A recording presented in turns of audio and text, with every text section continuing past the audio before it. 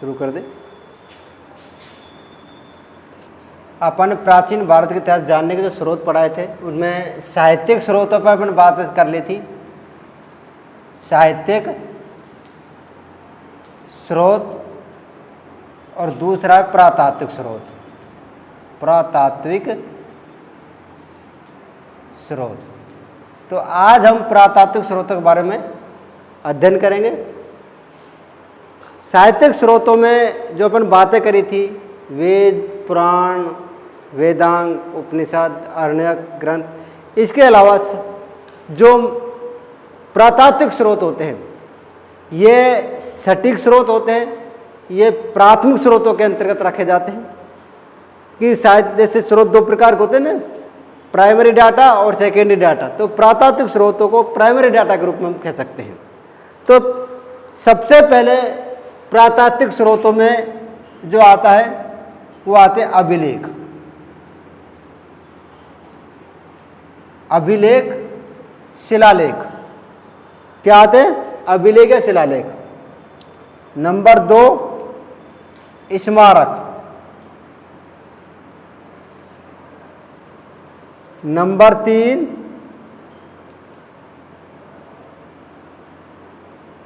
ताम्रपत्र। Number 4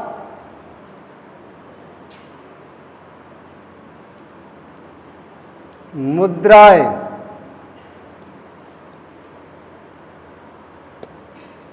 number 5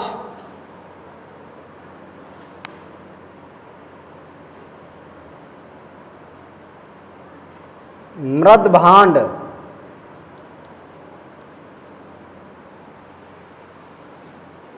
और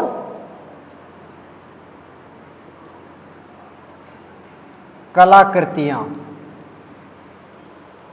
तो आज इनके बारे में अपन चर्चा करें। अभिलेख है, स्मारक है, ताम्रपत्र है, मुद्रा हैं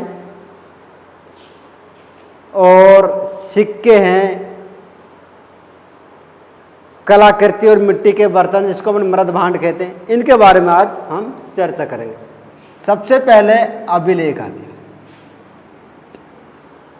अभिलेख प्राचीन भारतीय इतिहास को जानने के लिए महत्वपूर्ण स्रोत होते हैं। अभिलेख प्राचीन भारतीय इतिहास जानने के लिए महत्वपूर्ण स्रोत होते हैं। इसे हमें उस समय की तत्कालीन राजनीतिक और धार्मिक स्थिति के बारे में जानकारी मिलती है। यानी कि उस समय की हमें अभिलेख होते हैं, ये प्रमाणिक स्रोत माने गए हैं, क्योंकि इनके द्वारा जो वर्णन दिया गया है वो सटीक वर्णन दिया गया है। इनके बारे में जो वर्णन किया है वो सटीक वर्णन दिया गया है। जो वर्णन है वो हमें सही जानकारी देने का एक महत्वपूर्ण स्रोत है। अभिलेख हमें एक जगह तो मिले नहीं, ये हमें मंदिरों की दीवारों पर, स्मारकों पर, गुफाओं पर उत्कीर्ण, इनके अलग अलग जगह पर ये हमें मिले हैं। अभिलेख यानी कि कहाँ पर मिले? शिलापट्टों पर, मंदिरों की दीवारों पर, स्तंभों पर, धातु पत्रों पर, शिलाओं पर, यानी कि यहां से हमें ये मिलते हैं। अभिलेख जो होते हैं उनके द्वारा, कोई राजा के द्वारा जो उत्कीर्ण करवाए गए थे उस समय की हमें तत्कालिक जानकारी देते हैं। यानी कि जो घटना घटी होती है वह उसी समय के लिखे होते हैं, इसलिए हमें ये ज़्यादा विश्वसनीय माने जाते हैं। अभिलेख के अलावा स्तंभ पत्रों, स्तंभ लेखों पर मिलते हैं, ताम्र पत्रों पर मिलते हैं और पत्र लेख मूर्तियों पर मिलते हैं। तो इनके बारे में हमें जानकारी मिलती है। ये कई भाषाओं में लिखे होते हैं, जैसे मलयालम, कन्नड़, तमिल, तेलुगु, भारतीय भाषाओं में। तो इनके बारे में हमें कई भाषाओं के बारे में अध्ययन, मान लो जहाँ जैसी भाषा होती है उसी भाषा में लिखे होते थे। हमें अशोक के अभिलेख मिलते हैं बहुत सारे, अशोक के अभिलेखों में हमें बहुत सारी जानकारी मिलती है जो उसको प्रशासनिक स्थिति के बारे में जानकारी देते हैं। कुछ अभिलेख ऐसे होते हैं जो धार्मिक स्थिति के बारे में जानकारी देते हैं, कुछ अभिलेख ऐसे होते हैं जो आर्थिक स्थिति के बारे में जानकारी देते हैं। तो अभिलेख जो होते हैं वो प्रमाणिक स्रोत माने गए, उनसे हमें बहुत सारी जानकारियाँ प्राप्त होती है। सामाजिक जानकारी, राजनीतिक जानकारी, धार्मिक जानकारी, सती प्रथा से संबंधित जानकारी, बहुत सारी जानकारी हमें मिलती है। अब अशोक के अलावा जो अभिलेख है, जैसे कलिंग शासक खारवेल का अभिलेख है, जैसे कलिंग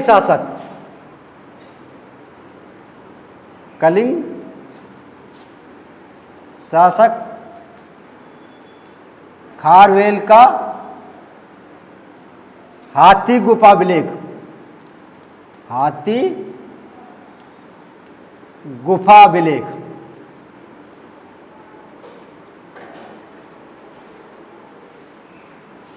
इसके अलावा रुद्र दामन का जूनागढ़ अभिलेख, जैसे रुद्र दामन का जूनागढ़ अभिलेख, चंद्रगुप्त द्वितीय का महरौली स्तंभलेख,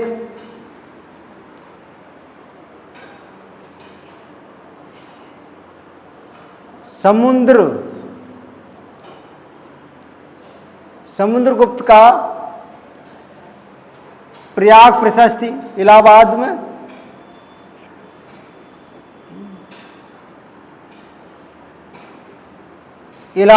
प्रयाग प्रशस्ति,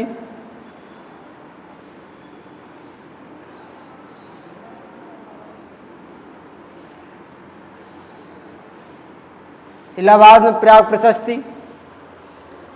इसके अलावा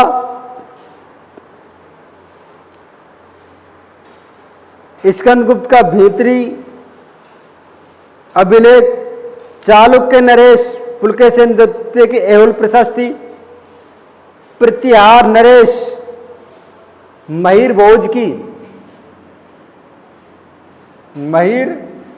भोज का ग्वालियर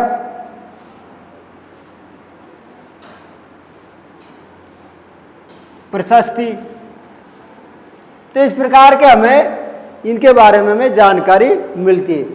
ये अभिलेख होते हैं, अधिकतर कई भाषाओं में लिखे होते हैं। इसके अलावा इनकी जो लिपि है, जैसे अधिकतर हमें ब्राह्मी लिपि में मिले। किस लिपि में मिले? ब्राह्मी लिपि में मिले। कुछ हमें अरमाइक लिपि में मिले, कुछ यूनानी लिपि में मिले, तो ग्रीक लिपि में, यूनानी, तो कई भाषाओं में इनके में लिपि मिली। ब्राह्मी लिपि जो बाएं से दाईं ओर लिखी जाती थी, अब जैसे सिंधु घाटी सभ्यता में हमें मिली है लिपि, वो लिपि एक अलग ही थी जो अब तक पढ़ी नहीं पाई। अशोक के अभिलेखों में जो पढ़ने की सबसे पहले टिप्लेंतर ने इसकी खोज की गई थी और 1837 में जेम्स प्रिसेम्प ने इसको पढ़ने में कोशिश की थी। तो जेम्स प्रिसेम्प ने जैसे अशोक का, तो कई भाषाओं में जैसे हमें अध्ययन मिलता है, तो अभिलेख होते हैं वो प्रमाणिक स्रोत माने गए हैं और इनके द्वारा हमें अधिकांश जो जानकारी मिलती है वो सटीक जानकारी मिलती, प्रमाणिक स्रोत माने गए हैं अभिलेख है जो। इसके अलावा आते हैं स्मारक। क्या आते हैं? स्मारक।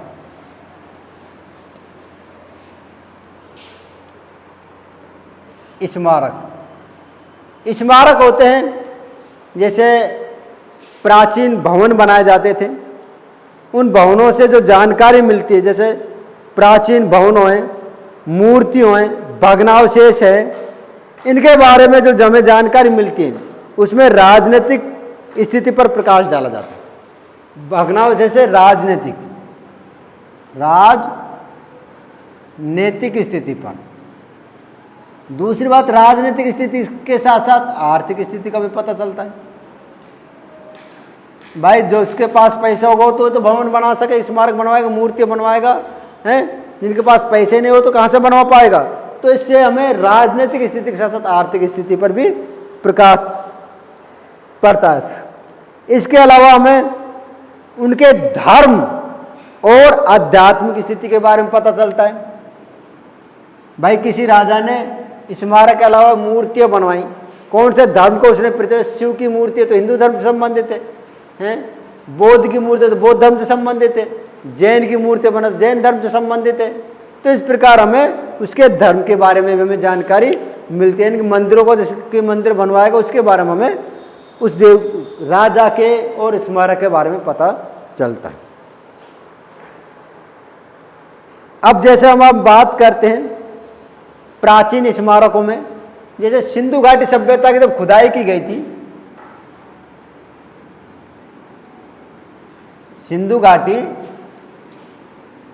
सभ्यता की जब खुदाई की गई थी तो उसमें हमें बहुत सारे भवन स्मारक मिले। तो इससे पता चलता है कि ये और सभ्यताओं से जब तुलना की तो प्राचीन सभ्यता यानी विश्व की सबसे प्राचीन सभ्यता सिंधु घाटी सभ्यता थी, हैं? इसमें हड़प्पा, मोहनजोदड़ो, तक्षशिला, नालंदा, लोथल, तो ये बहुत सारी सभ्यताएं हमें उजागर, तो इससे हमें उस समय की जानकारी प्राप्त होती है। उस समय के मृदमांड क्या थे, उस समय के आभूषण क्या थे, हैं? इस प्रकार हमें उस सिंधु घाटी सभ्यता में उस जो स्मारक मिले हैं उससे हमें जानकारी मिलती है। अब मान लें किसी राजा ने कोई भवन या स्मारक बना तो हमें उसे पता चलता है कि कितने समय पर उस राजा का राज्यकाल, उसने अपने शासनकाल में ये मंदिर स्मारक बनवाए, तो हमें उस समय की जानकारी प्राप्त होती है। अब मान लें स्मारक जिसने बनवाया, जैसे कोई भी स्मारक पर ले लीजिए, जैसे ताजमहल है, कुतुब मीनार है, तो उसके बारे में हमें जानकारी भाई फलाने राजा ने बनाई, उसने अपनी स्मृति में इस प्रकार के बनवाई। तो इस प्रकार बहुत सारी चीज़ों के बारे में हमें स्मारकों से जानकारी प्राप्त होती है। और एक बात और है, हमें कला संस्कृति का भी पता चलता है भाई स्मारकों से। भाई प्राचीन काल के अंतर्गत किस प्रकार के भवन बनाए गए, मध्य काल में किस प्रकार के भवन बने, आधुनिक काल में किस प्रकार के बने भवन बने, तो स्मारकों के डिजाइन का भी पता चलता है। कौन सी चित्रकला में उसका यूज हुआ, उसमें जो भवनों पे दीवारों पे जो चित्र बनाए जाते थे, हैं? तो इसमें जैसे गुफाओं के अंतर्गत अजंता, एलिफेंटा, एलोरा की गुफाएं मिली हैं, उससे हमें चित्रकारी के बारे में जानकारी मिलती है। बहुत सारे मंदिर मूर्तियाँ बने हैं, उनसे हमें पता चलता है कि मूर्ति किस प्रकार बनी हुई थी, आज की मूर्ति प्राचीन मूर्ति में कितने अंतर मिल रहा है। तो इससे हमें उस समय की सभ्यताओं के बारे में जानकारी मिलती है। इसके अलावा विदेशियों से भी, यानी कि हमारे ना देशी स्मारक, विदेशों से भी हमें बहुत सारे स्मारक, जैसे अंगोर वाट का मंदिर कंबोडिया में, जावा का मंदिर बेराबुदुर में, तो इनसे भी हमें बहुत सारी जानकारी मिलती है स्मारकों से भी। स्मारकों के अलावा जो जानकारी मिलती है वो ताम्रपत्रों से मिलती है। ताम्रपत्र यानी कि जब राजा महाराजा या कोई दान दक्षिणा देता था या कोई मंदिरों को, तो ताम्र के पत्रों पर कुछ लेख उत्कीर्ण करवा दिए जाते थे और उस लेख उत्कीर्ण होने का उसको ताम्रपत्र के नाम से जाना जाता था। अब ये ताम्रपत्र भी हमें, जैसे किसी राजा ने कोई मंदिर के लिए दान भूमि दी है या कोई पैसा दिया है, रुपया दिया है, तो उसके बारे में उसके उत्कीर्ण करवा दिया जाता। तो उस राजा ने इस मंदिर के लिए इतना दान दक्षिणा दिए, तो इस ताम्रपत्र पर उत्कीर्ण। यदि कोई राजा महाराजा आपस में कोई पत्र व्यवहार करता, खरीदता, लिख देता, कोई संधि वंधि करता, तो ताम्रपत्र पर उत्कीर्ण कर दिया जाता उस समय के, क्योंकि उस समय कागज पत्र इतने नहीं, इसलिए ताम्रपत्र का यूज में ज़्यादा है। हमें बहुत सारे ताम्रपत्र प्राचीन काल के अंतर्गत देखने को मिल जाए। मध्य काल में बहुत सारे राजस्थान में बहुत सारे ताम्रपत्र हमें देखने को मिल जाते हैं। तो जो ताम्रपत्र होते हैं ना, ये भी हमारे को प्राचीन स्थिति के बारे में जानकारी में सटीक स्रोत होते हैं। इसके अलावा आती हैं मुद्राएं। क्या आती है? मुद्राएं।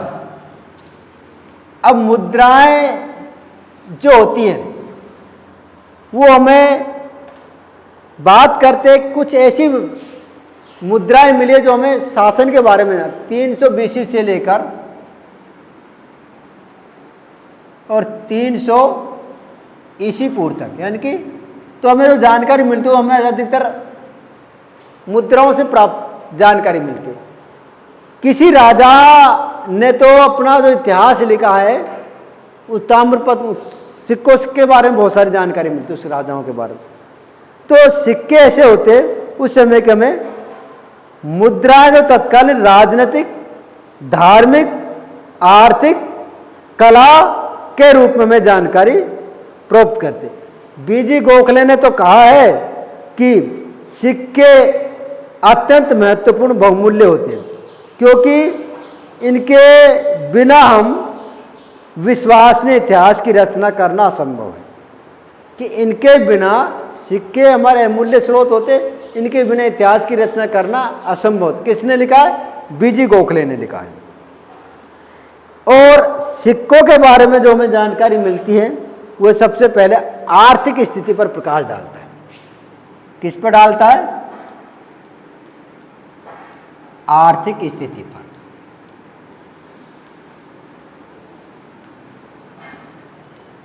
आर्थिक स्थिति भाई जिस राजा के पास जितनी आर्थिक स्थिति अच्छी होगी वो सोने के सिक्के में डलवा सकता है? उससे कम होगी तो चांदी के डलवा देगा, उससे कम होगी तो वह तांबे का डलवा देगा, या उससे कम होगी तो वह लोह के इस प्रकार के सिक्के। अब प्राचीन काल के सिंधु घाटी सभ्यता में देखते तो उस समय सिक्के जो मिले वो हमें किसे मिट्टी के बहुत सारी मुद्राएं मिली हैं। तो इस प्रकार सेल खेली मिट्टी की। तो आर्थिक स्थिति की मैं जिस राजा की जैसी आर्थिक स्थिति होगी उससे हमें, अब जैसे मोहम्मद बिन तुगलक मध्यकाल के अंतर्गत सिक्के चलवाए हैं, तांबे के सिक्के चलवा दिए उन्होंने सोने चांदी के जगह।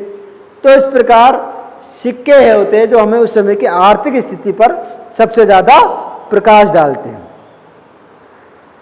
इसके अलावा डॉक्टर मजूमदार ने कहा किसी देश की आर्थिक स्थिति को जानने के लिए, किसने कहा है? डॉक्टर मजूमदार ने, यानी कि किसी देश की आर्थिक स्थिति को जानने के लिए मुद्राएं महत्वपूर्ण स्रोत है, कि स्पष्ट है और इसका विस्तृत विवरण आवश्यक है। यानी कि किसी देश की आर्थिक स्थिति को जानने के लिए मुद्राओं का महत्वपूर्ण स्थान रहा है।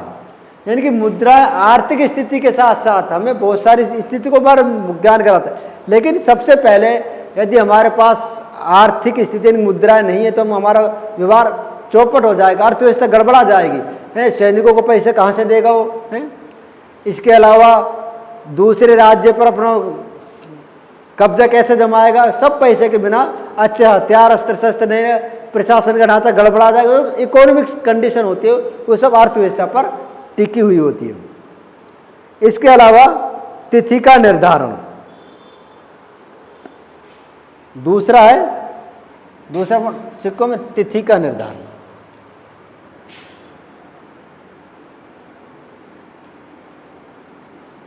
तिथि का निर्धारण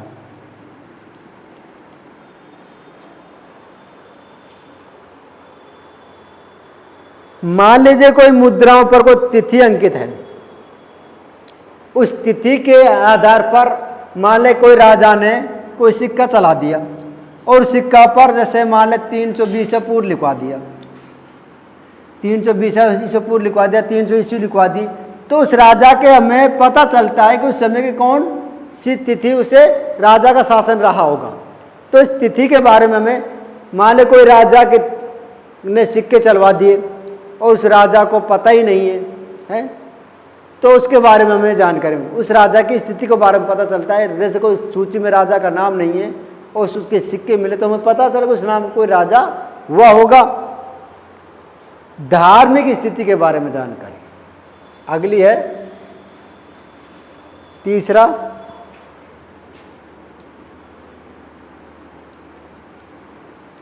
धार्मिक स्थिति के बारे में। मान लीजिए कोई राजा ने अपने सिक्कों पर कोई देवी की मूर्ति अंकित करवा दी या कोई देवता की मूर्ति अंकित करवा दी, तो उसे हमें पता चलता है कि उस राजा की धार्मिक स्थिति किस क्षेत्र में रुचि थी। तो धर्म के बारे में उसे जानकारी मिलती उस राजा की, किस राजा की? जिन्होंने सिक्के चलवाए थे। धर्म की स्थिति के बारे में है, जैसे कोई ने दान दक्षिणा में दिए उस राजा ने, तो उसकी बारे में जानकारी, यानी अपनी मुद्राओं पर कोई चित्र अंकित करवा दिया, तो उससे हमें धर्म के बारे में किस राजा की किस क्षेत्र में रुचि थी है? किसी ने जैसे देवी का, देवता का, बुद्ध भगवान का है, जिसकी क्षेत्र में जिसकी रुचि थी उसने उस क्षेत्र में अपनी मूर्तियां चित्र अंकित करवा दिए थे। इसके अलावा है कला का प्रकाश। कला का प्रकाश। अब मान लें जिसने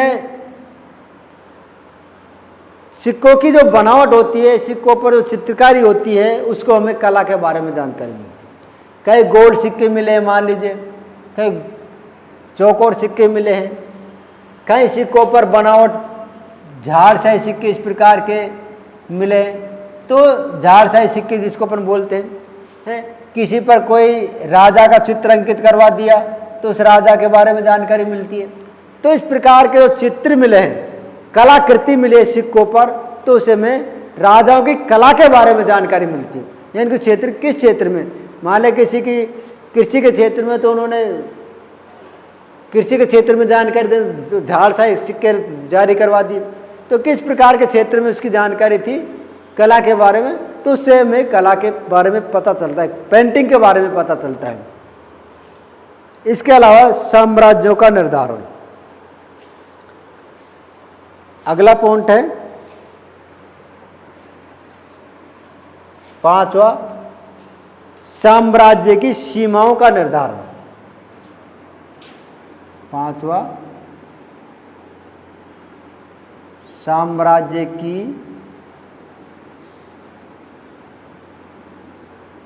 सीमाओं का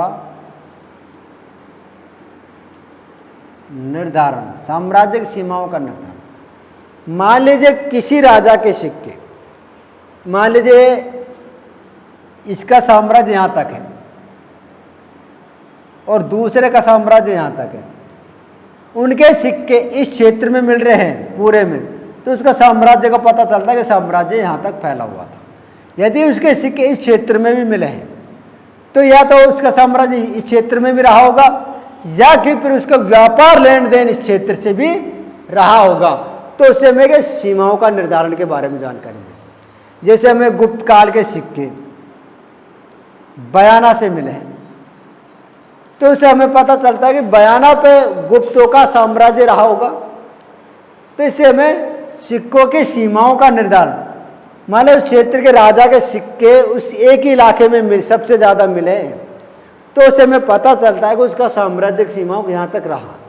यदि दूसरे राज्य में मिलते हैं तो या तो उसका व्यापार रहा होगा या फिर उसका साम्राज्य, उस पर उन्होंने विजय प्राप्त की होगी और वहाँ पर अपना साम्राज्य, छोटा मोटा साम्राज्य स्थापित करके रहा होगा। तो इससे भी हमें उसके साम्राज्य के सीमाओं का निर्धारण के बारे में हमें क्या मिलती है, जानकारी मिलती है। इसके अलावा शासकों की व्यक्तिगत रुचियां,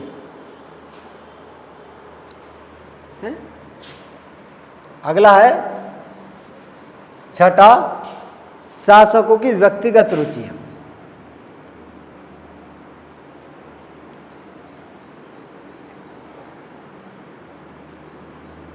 व्यक्तिगत रुचियां, मान लीजिए किसी राजा की व्यक्तिगत रुचि, मान लीजिए किसी राजा की जिस क्षेत्र में रुचि रही होगी, मान लीजिए समुद्रगुप्त के सिक्कों पर वीणा बजाते हुए दिखाया गया समुद्रगुप्त को,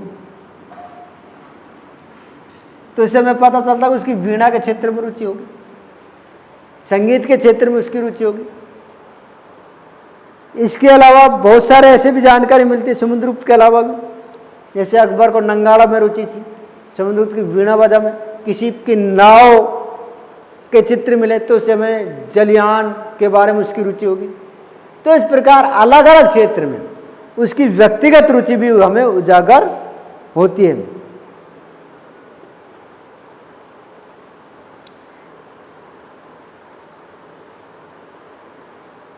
अब जैसे मुद्राओं पर वीणा बजा तो समुद्रगुप्त को मिला है, तो क्या समुद्रगुप्त की वीणा में रुचि थी तो इसलिए उसको वीणा बजाते दिखाया।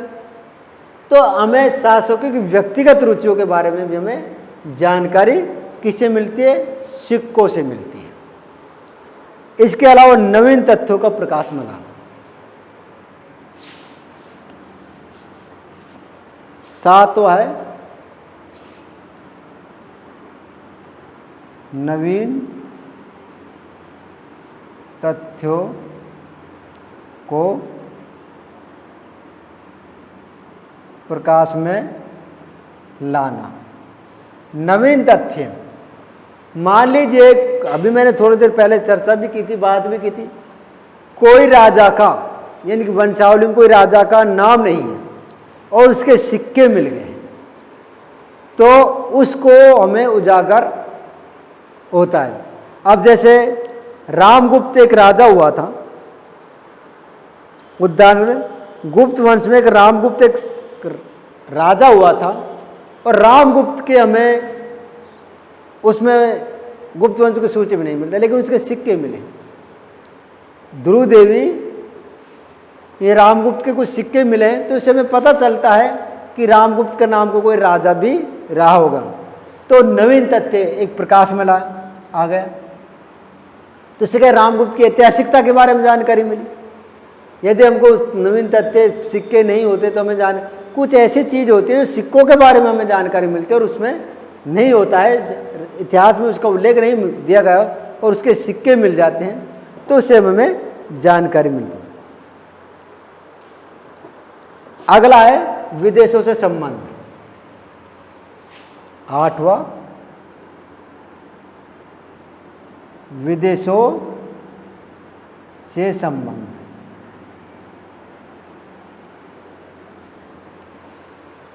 विदेशों के संबंध की अपन बात करते हैं, जैसे विदेशों में बहुत सारे संबंध राजाओं के। मान लीजिए कोई राजा, भी मैंने बात करी थी, हैं,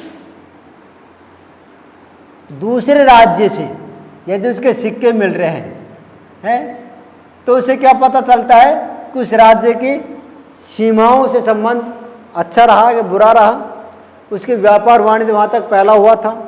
इसके अलावा उनके व्यक्तिगत रुचि के बारे में जानकारी मिली, भाई किसी पड़ोसी राजा से उसके संबंध अच्छे मधुर रहे हैं, तो विदेशों से संबंध के बारे में हमें जानकारी मिलती है। इसके अलावा आते कलाकृतियां और मिट्टी के बर्तन।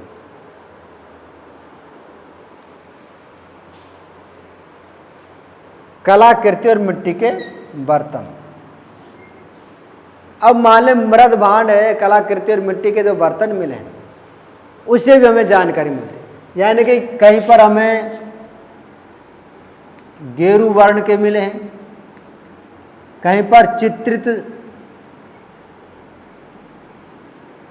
धूसर मृद भांड मिले हैं, कहीं पर हमें चमकीले मिले हैं, कहीं उत्तरी पॉलिश वाले मिले हैं। तो इससे हमें उस समय की मृद भांड होते हैं, जो चित्रकारी मृद भांडों पर होती है, वो उस समय की जानकारी मिलती है। उस समय की राजनीतिक स्थिति के बारे में तो ध्यान करें, लेकिन उसमें कलाकृतियों के बारे में हमें जानकारी है। यानी उस समय जो परेड होता है, समय परेड डिवाइड में बांटा जाता है, उनमें हमें जानकारी देती है। अब जैसे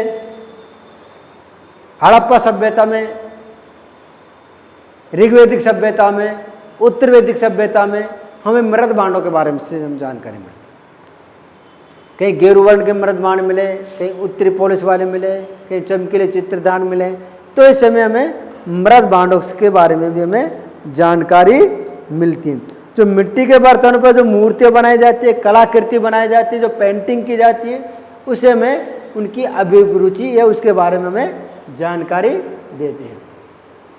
पढ़ा रहा हूँ सर? अच्छा,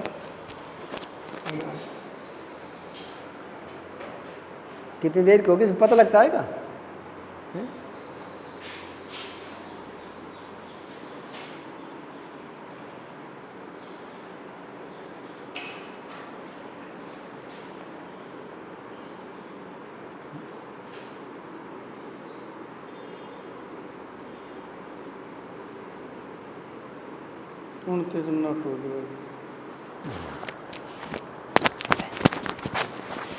कितनी देर की बने हैं?